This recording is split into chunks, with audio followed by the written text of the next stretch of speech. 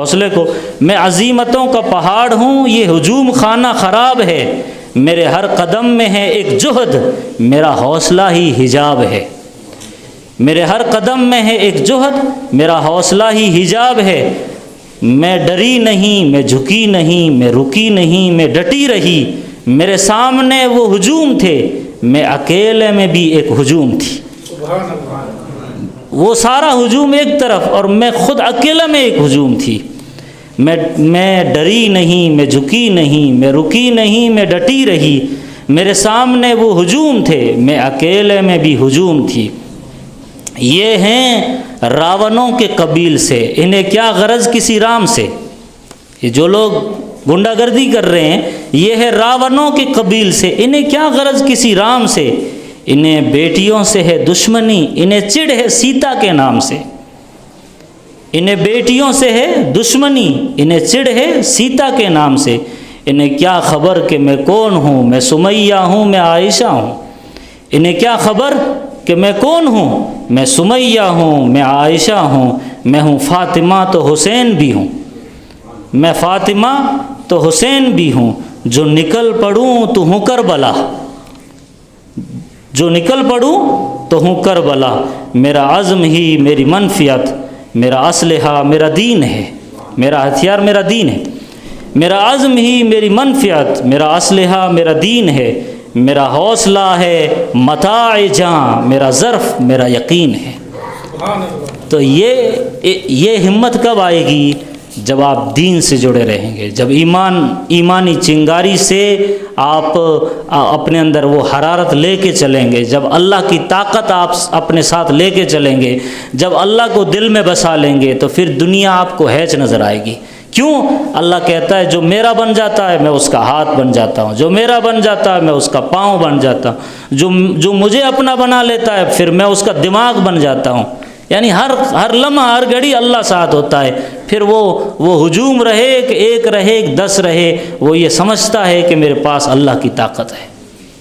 تو یہ حوصلہ، یہ ہمت، یہ استقامت، یہ یقین، یہ مضبوطی، یہ استقامت، یہ سورہ سکھاتی ہے اصحاب کہف کی روشنی میں۔ جو چند نوجوان تھے ساتھ اور ایک کتا لے کر پہاڑوں میں چلے گئے، انہوں نے یہ میسج دیا کہ آپ اگر نکل پڑو گے تو پھر اس کا رزلٹ آپ آنے والی نسلوں میں دیکھو گے۔ اور پھر دیکھا 309 سال کے بعد جب وہ واپس آئے تو اس زمانے میں پوری قوم مسلمان ہو چکی تھی، ان کے بیدار ہونے کی وجہ سے۔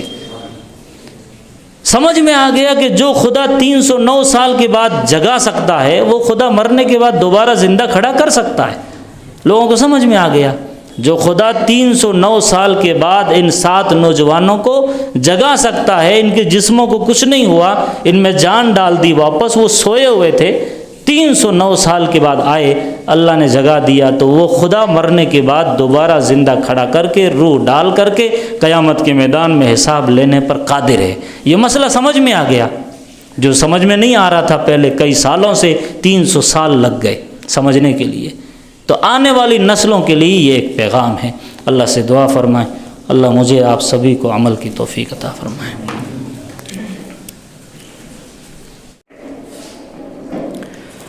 الحمد للہ نحمده ونستعینه ونستغفره ونؤمن به ونتوکل علیہ ونعوذ باللہ من شرور انفسنا ومن سیئات اعمالنا، من يهده الله فلا مضل له ومن يضلله فلا هادي له، ونشهد أن لا إله إلا الله وحده لا شريك له، ونشهد أن سيدنا ومولانا محمدا عبده ورسوله۔ أعوذ بالله من الشيطان الرجيم، بسم الله الرحمن الرحيم۔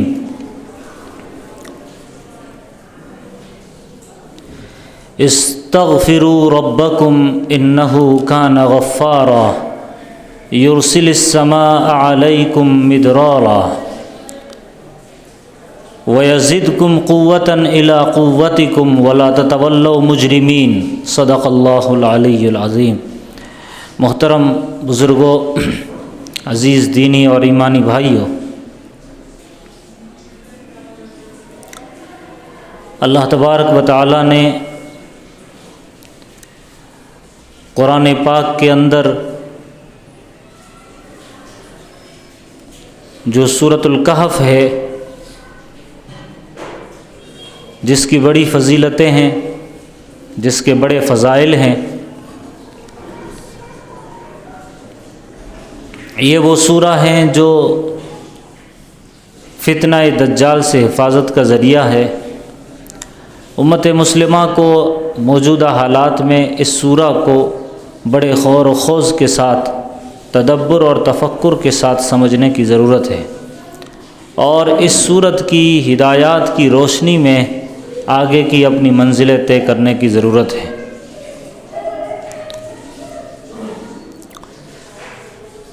پچھلے جمعے میں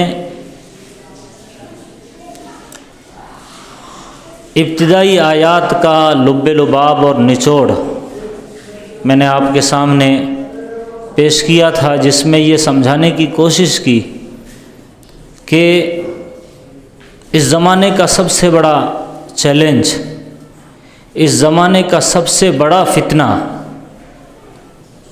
وہ شرک اور ارتداد ہے۔ یعنی جہاں بہت سارے دوسرے فتنے دنیا میں رونما ہو رہے ہیں، ان فتنوں میں سب سے بڑا فتنہ جو امت مسلمہ کے سامنے ہے، یا نوجوان نسل کے سامنے ہے، یا آج کے یونیورسٹیز اور کالجز کے اسٹوڈنٹ کے سامنے جو سب سے بڑا فتنہ ہے، وہ ہے شرک اور ارتداد کا مسئلہ۔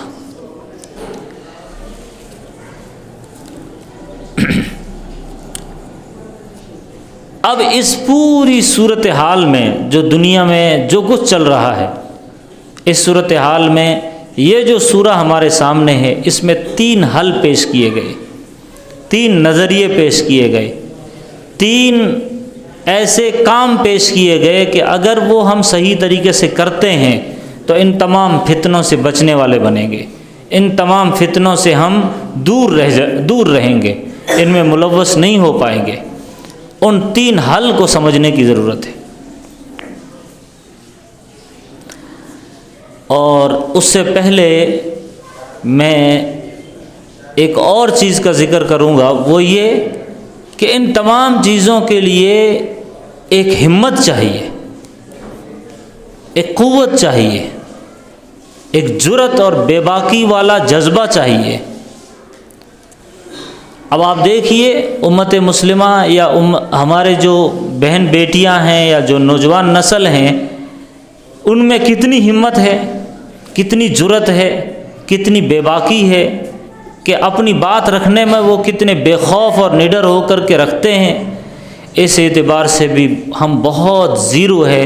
ایک زمانہ تھا کہ ہم بہت جلدی متاثر ہو جاتے ہیں، ذرا سے ہمارے کپڑے ٹھیک نہیں ہیں یا ہمارا پہناوا ٹھیک نہیں ہے تو ہچکچاتے ہیں بات کرنے سے۔ وہ بڑے لوگ ہیں یا وہ پڑھے لکھے لوگ ہیں، وہ ایجوکیٹڈ لوگ ہیں، اس طرح کی ایک ذہنیت بن چکی ہے۔ ہم بہت جاہل ہیں، ان پڑھ ہیں، گنوار ہیں، ہم کہاں وہ کہاں۔ یہ کیوں آیا ہے؟ یہ اس لیے کہ ہمت اور جرأت اور طاقت یہ ہمارے درمیان ختم ہو چکا۔ اللہ کے نبی علیہ الصلاۃ والسلام نے جو سوسائٹی تیار کی، جو معاشرہ تشکیل دیا تھا، اس میں کا ایک ایک فرد، ایک ایک عورت، ایک ایک بچہ بڑا باہمت اور حوصلے والا، جرأت والا، شجاعت والا بندے ہوا کرتے تھے۔ آپ حضرت خولہ رضی اللہ تعالیٰ عنہ کی زندگی پڑھ لیجئے، کتنی بہادر عورت تھی۔ حضرت خنسہ رضی اللہ تعالیٰ عنہ کتنی بہادر عورت تھی۔ حضرت سمیہ رضی اللہ تعالیٰ عنہ کیا بہادر عورت تھی۔ یعنی یہ امت کے لیے ہمت اور قوت، اسلام پر عمل کرنے کے لیے یا اسلام کا کوئی بھی حکم زندگی میں لانے کے لیے ہمت چاہیے۔ بنا ہمت کے آپ نماز بھی نہیں پڑھ سکتے۔ مثلاً صبح نیند کا غلبہ ہے اور بدن تھک رہا ہے، سردی زکام جیسی کیفیت بنی ہوئی ہے، اب ہمت ہے تو انسان وہ کر پاتا ہے، ہمت نہیں ہے، ہمت سے لاچار ہے تو پھر نہیں کر پاتا۔ روزے کے لیے ہمت چاہیے۔ آپ حج کا ایک رکن دیکھ لیجئے، اس کے اندر بھی انسان میں ہمت چاہیے، طاقت چاہیے، تب وہ زکوٰۃ یا حج ادا کر پائے گا۔ اسلام کا ہر رکن اور ہر عمل کے اندر ہمت، جرأت، طاقت بہت ضروری ہے۔ یعنی یوں سمجھیے کہ ایرے گہرے یا کمزوروں کا، بزدلوں کا کام نہیں ہے اسلام پر عمل کرنا۔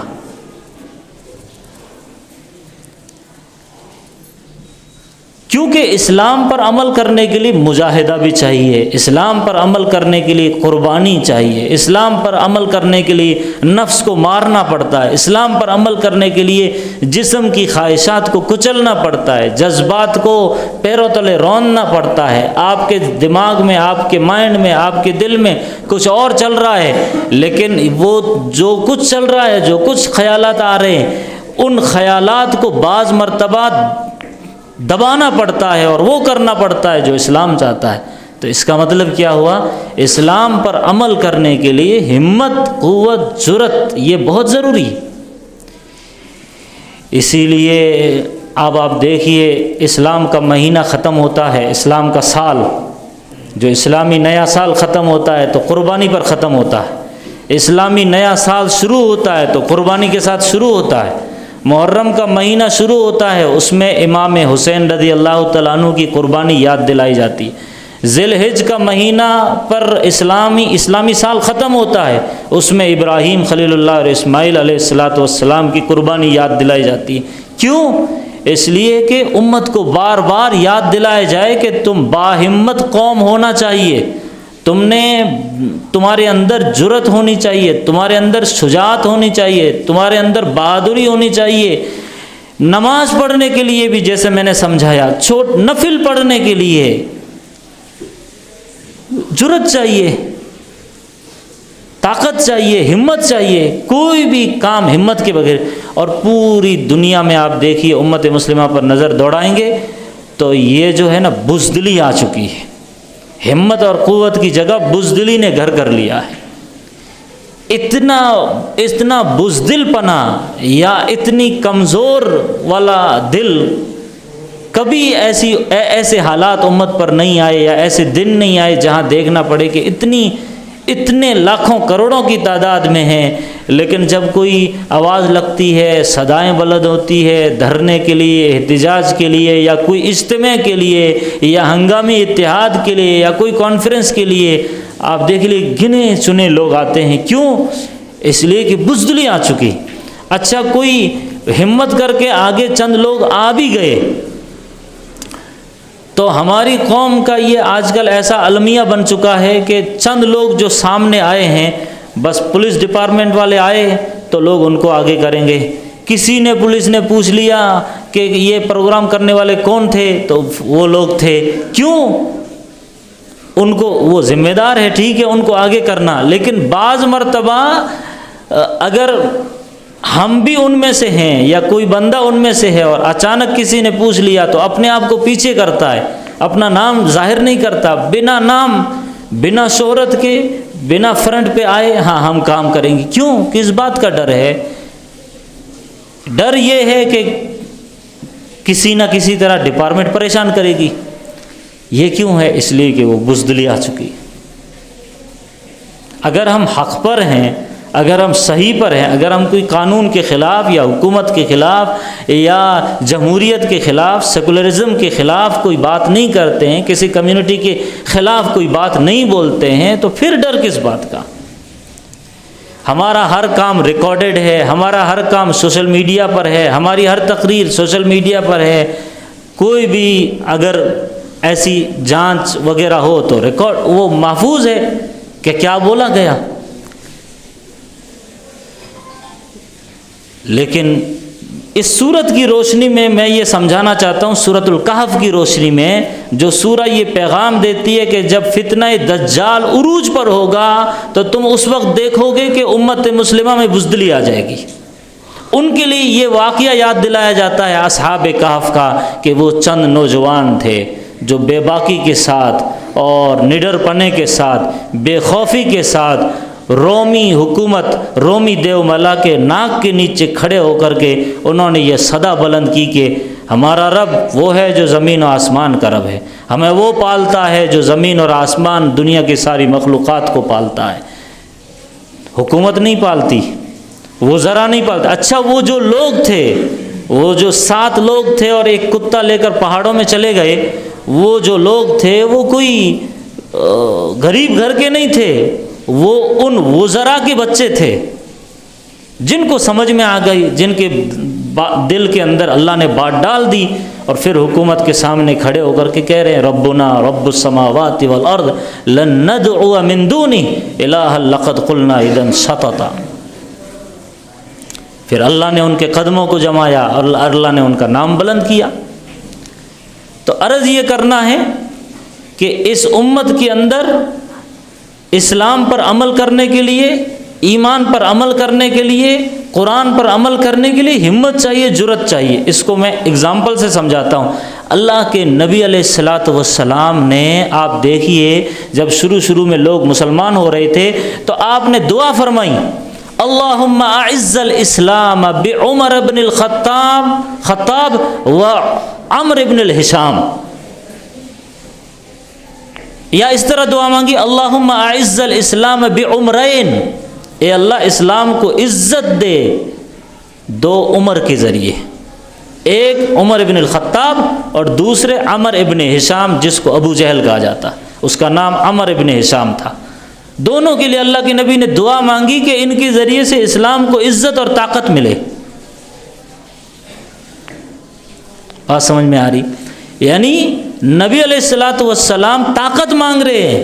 اب آپ دیکھیے جب حضرت عمر بن خطاب کو اللہ نے توفیق دے دی اور عمر ابن ہشام ابو جہل ریجیکٹ ہو گیا اللہ کی نظر میں، عمر کے دل میں ہدایت اتر گئی، تو عمر جب جیسے ہی اسلام میں داخل ہوئے ہیں، دار ارقم سے جو صحابہ بیٹھے ہوئے تھے چھپ کے اپنے دینی کام کرتے تھے، دینی تحریک چلاتے تھے، وہاں پر حضرت عمر پہنچتے، پھر وہاں سے 2 صف بنا کر کے زبانوں پر لا الہ الا اللہ، لا الہ الا اللہ جو صدا لگا کر کے وہ جو تانتا بنا ہے، یہ حضرت عمر 40ویں فرد تھے۔ اس سے پہلے 39 لوگ مسلمان ہو چکے تھے، یہ 40ویں فرد تھے، اور یہ 40 کے 40 لوگ ایک بھیڑ بنا کر کے، ایک صف بنا کر کے کعبے میں آئے۔ اللہ کے نبی نے وہاں نماز پڑھائی، آپ نے طواف کیا، وہاں پر دعائیں مانگی، اور یہاں حضرت عمر نے کہا تھا کہ آؤ، کون ہے جو اپنے بیوی کو بیوہ بنانا چاہتا ہے، جو اپنے بچوں کو یتیم کرنا چاہتا ہے، ہمیں روکے۔ یہ طاقت، یہ ہمت، یہ جرأت، یہ اللہ کے نبی نے دعا میں مانگی۔ اللہ کے نبی کی ایک حدیث ہے کہ کمزور دل والا مسلمان اللہ کو پسند نہیں۔ ایک ہوتا ہے کمزور جو اپنے بیماری کی وجہ سے ہو جائے، اس کا جسم کمزور ہو جائے، ایک ہوتا ہے جان بوجھ کر کمزور بننا، کمزور دل رکھنا۔ اللہ کو ایسے کمزور لوگ نہیں پسند ہیں، یہ اللہ کے نبی کی حدیث ہے، اس کا یہ مفہوم ہے۔ ایک اور مثال سے آپ کو سمجھاتا ہوں میں۔ اللہ کے نبی علیہ السلام کو لوگوں نے لالچ دیا، چند وزراء، چند سردار مل کر کے حضرت ابو طالب کے پاس گئے، آپ کے چچا کے پاس، کہ اپنے بھتیجے کو سمجھاؤ۔ تو حضرت ابو طالب جو آپ کے چچا تھے، جو مسلمان نہیں ہوئے تھے، وہ اللہ کے نبی کے پاس آئے اور کہا کہ میرے اس بوڑھی ہڈیوں پر اتنا بوجھ نہ ڈالو جس کو میں اٹھا نہ سکوں، آپ یہ کام چھوڑ دیں، کیوں خاموخواہ دشمنی مول لے رہے ہو؟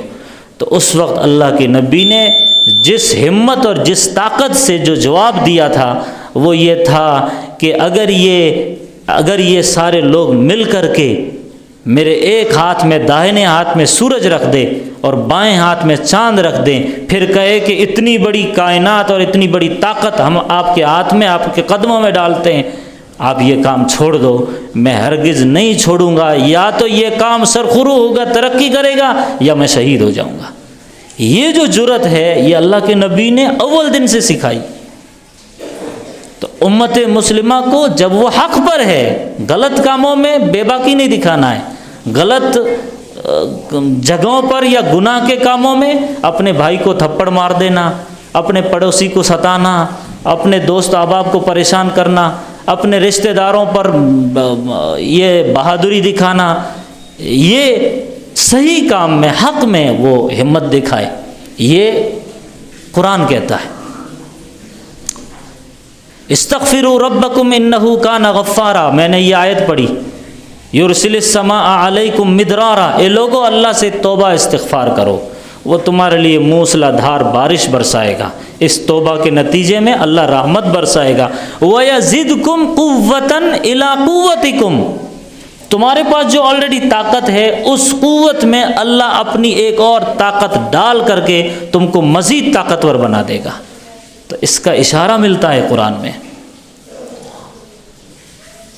تو میں یہ عرض کر رہا تھا، سورہ کہف کی روشنی میں ہمیں یہ سبق ملتا ہے کہ ایک ایمان والے نے مضبوط دل والا ہونا چاہیے۔ آپ صبر کیجئے، اس میں ہمت چاہیے، آپ روزہ رکھیے، اس میں ہمت چاہیے، آپ نماز پڑھیے، اس میں ہمت چاہیے، آپ اپنی بات دوسروں کے سامنے رکھیے، اس کے لیے بھی طاقت چاہیے۔ ہر جگہ طاقت کا ذکر ہے، ہمت کا ذکر ہے، اور یہ طاقت اس طرح کی ملتی ہے آپ کو 3 کاموں کی وجہ سے۔ اگر آپ 3 کام کرنے والے بنیں گے یا 3 چیزیں اپنے اندر لیں گے تو یہ آپ کے اندر یہ پاور آئے گا، یہ استحکام آئے گا، یہ مضبوطی آئے گی، یہ ثابت قدمی آئے گی۔ اب آپ دیکھیے، ایک بچی تھی جو ابھی کرناٹکا میں، ایک مسلم بچی باحجاب ہو کر کے، جو اس نے آوارہ گنڈوں کے سامنے، وہ جو ٹپوری قسم کے لڑکے کھڑے ہیں جو جے شری رام کے نعرے لگا رہے ہیں، اس میں ایک بچی نے جو صدا بلند کی، پوری دنیا میں چرچا ہے۔ آپ ٹویٹر پر جائیے، آپ سوشل میڈیا پر جائیے، آپ نیوز چینل پر جائیے، ہر جگہ اسی کا چرچا ہے۔ ٹویٹر پر، ٹک ٹاک پر رہنے والی لڑکیاں لڑکے اتنے مشہور نہیں ہوئے جتنی اس باحجاب بچی کو خدا نے مشہور کر دیا۔ لوگ انعامات کی اس پر بوسار کر رہے ہیں، لوگ اس کے نام سے کالج اور اسکول بنانے کی باتیں کر رہے ہیں۔ کیوں؟ ایک ہمت دکھائی، ایک قوت دکھائی، اللہ کا نام بلند کیا۔ کیا میسج دیا کہ اے ہندوؤں، اے برہمنوں، اے RSS والوں، اے بجرنگ دل والوں، اے فلاں، سب سے بڑا اللہ ہے۔ وہ اللہ تمہارا بھی ہے، وہ میرا بھی ہے، وہ تمہارے شری رام کا بھی ہے، وہ شری کرشنا کا بھی ہے، سب کا بڑا کون ہے؟ خدا ہے۔ وہ کلمہ بلند کیا، اللہ اکبر، اللہ۔ کیا کیا لوگ اس کے لیے لکھ رہے ہیں، اس کو حوصلہ دے رہے ہیں۔ تو قرآن کی یہ سورہ آپ کو میسج دے رہی کہ ایک ایمان والے کو باہمت ہونا چاہیے۔ دیکھیے، اس بچی کے لیے کسی نے لکھا ہے، میں عزیمتوں کا پہاڑ ہوں۔ عزیمت کہتے